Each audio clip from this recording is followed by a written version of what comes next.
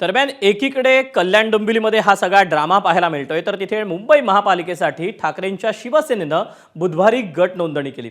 ठाकरेंचे 65 पैकी 64 नगरसेवक यावेळी उपस्थित होते।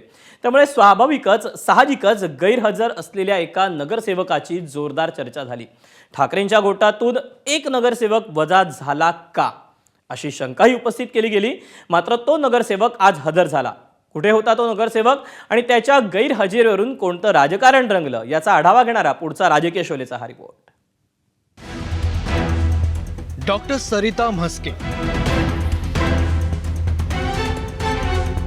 मंगळवारपर्यंत हा चेहरा मुंबईच्या एका प्रभागापुरता मर्यादित होता। मात्र बुधवारी हाच चेहरा ब्रेकिंग न्यूज, हेडलाईन्स यामुळे मुंबई बाहेर देखील चर्चेत राहिला। ठाकरेंच्या मशाल चिन्हावर मुंबईत नगरसेवक म्हणून निवडून आलेल्या डॉक्टर सरिता म्हस्केंनी ऐन गट नोंदणी वेळी दांडी मारली। त्यामुळे तर्कवितर्क आणि चर्चांना उधाण आलं। डॉक्टर सरिता म्हस्के या चांदिवलीमधल्या प्रसिद्ध डॉक्टर रवींद्र म्हस्के यांच्या पत्नी, तर याच 157 या प्रभागामधून शिवसेना उद्धव ठाकरे म्हणजेच मशाल चिन्हावरती निवडून आल्या होत्या। पण ज्यावेळेस उद्धव ठाकरे गटाचं गट नोंदणी प्रक्रिया चालू होती त्यावेळेस त्या अनुपस्थित होत्या।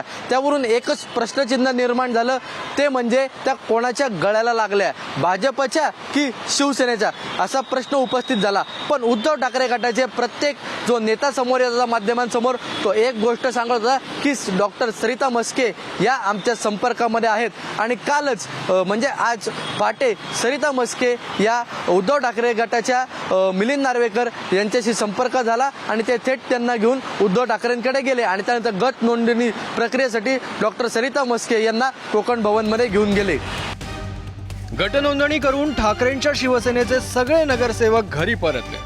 मात्र सरिता म्हस्केंची काही खबर मिळाली नाही। अखेर गुरुवारचा सूर्य उजाडण्याआधीच सरिता म्हस्केंचं लोकेशन समजलं। ठाकरेंच्या शिवसेनेचे सरचिटणीस मिलिंद नार्वेकरांच्या घरी त्यांच्याशी गप्पा मारतानाचा व्हिडिओ न्यूज चॅनलच्या रिपोर्टरपर्यंत पोहोचवण्यात आला।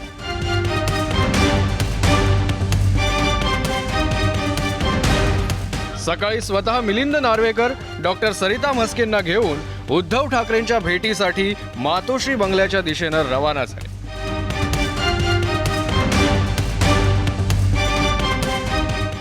गटनोंदणीसाठी अनुपस्थित राहण्यामागचं कोणतं कारण सरिता म्हस्केंनी उद्धव ठाकरेंना सांगितलं हे स्वतः म्हस्के आणि मिलिंद नार्वेकर आणि उद्धव ठाकरेंनाच माहीत।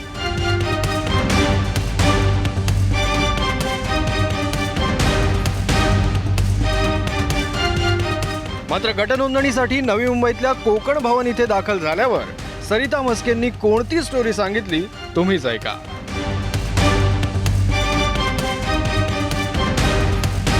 मी काल देवदर्शनाला गेले होते, माझा नवस होता आणि आम्हाला कालच्या मीटिंगचं परवा रात्री उशिरा मेसेज आला होता, त्याच्यामुळे मला कल्पना नव्हती। तोपर्यंत मी देवदर्शनाला निघून गेले होते। पण ज्यावेळेस मला ही बातमी कळाली, आम्ही मिलिंद नार्वेकरांच्या संपर्कामध्ये होतो, त्यांना सांगितलं असं असं आहे, आम्ही येतो। पण जेव्हा मीडियामध्ये ही बातमी अशा पद्धतीने जेव्हा फ्लो झाली तेव्हा आम्हाला वरनं आदेश आले की तुम्ही तुमचे मोबाईल स्विच ऑफ करा, तुम्हाला ट्रेस केलं जाईल, तुम्ही जोपर्यंत आमच्यापर्यंत येत नाही कुणाशी काहीही बोलू नका। म्हणून मी त्यांचा आदेश पाळला। तुळजापूरला। डॉक्टर सरिता म्हस्केंच्या गैरहजेरी मागचं खरं कारण देवदर्शन नव्हे तर लक्ष्मी दर्शन आहे, असा आरोप स्थानिक भाजप पदाधिकारी ईश्वर तायडेंनी केला। हे देवदर्शन नव्हतं, हे लक्ष्मी दर्शन होतं आणि हे लक्ष्मी दर्शन झालं नाही म्हणून ते परत आले। या इलेक्शनच्या अगोदरच ज्या नेत्यांनी त्यांना निवडून आणलेलं आहे त्या नेत्यांनी डील केलेली आहे आणि ॲडव्हान्स सगळं लक्ष्मी घेतलेली आहे। नेत्यांनी त्यांना पनवेलला पळवून नेलं होतं। रात्री लक्ष्मी दर्शनची डील बरोबर झाली नाही, त्यांच्यावर खूप कर्ज आहे, खूप कर्ज आहे। ते कर्ज एकाच 4 दिवसामध्ये त्यांना कर्ज मिटवायचं आहे आणि स्वतःचं जवळजवळ स्वतःचं 20 करोड रुपयाचं एक हॉस्पिटल त्यांना गावी उभारायचं आहे आणि ती डील पूर्णपणे झाली नाही। त्यांना सांगण्यात आलं की एवढ्या लवकर नाही होणार, पण ठीक आहे, आजचं मरण उद्यावर गेलेलं आहे। या आरोपांबाबत सरिता म्हस्केंचं काय उत्तर आहे ते देखील ऐकूया। बिलकुल नाही, ह्या सगळ्या अफवा आहेत. बघा, आपण जिंकून आलोय तर विरोधकांना काहीतरी संधी हवीच असते आपलं नाव बदनाम करायला. बस एवढं नरेश सिंपल मस्के लॉजिक आहे. बघा, सगळेच इम्पॉर्टंट असतात पक्षाला, मी एकटीच नाही. आणि ठीक आहे, मी मागे राहिली होती. 2 दिवसापूर्वी जर मेसेज आला असता तर मीही बाहेर नसती गेली. अचानक मेसेज आला गेला, त्याच्यामुळे हा प्रॉब्लेम झाला, जो पक्षांनी समजून घेतला. त्यांना आमच्यावरती विश्वास आहे, मग आम्हाला बाकी कोणाला एक्सप्लेन करायची गरजच नाही. बिलकुल नाही, नाही झाला आहे, बिलकुल झालेला नाही. हो, खबरदारी घ्यावी लागते आणि ह्याच कारणासाठी माझा फोन स्विच ऑफ करण्याचे मला आदेश होते.